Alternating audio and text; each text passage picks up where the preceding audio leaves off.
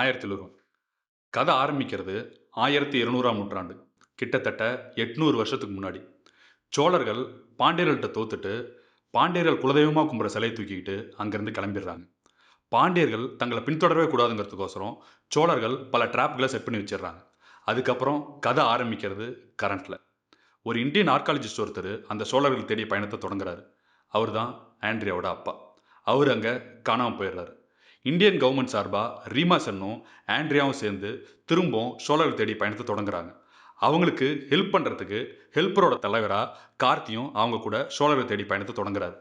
இந்த சோழர்கள் தேடி பயணத்தை போய்கிட்டே இருக்கும்போது பல ட்ராப்களை கடந்து சோழர்கள் தேடி கண்டுபிடிக்கிறாங்க. 800 வருஷமாக பல தலைமுறையாக சோழர்கள் வாழ்கிற இடத்த கண்டுபிடிக்கிறாங்க. அங்கே போனதுக்கு அப்புறம் தான் தெரியுது ரீமாசன் பாண்டியர்னும் கார்த்தி சோழ தூதுவனும்.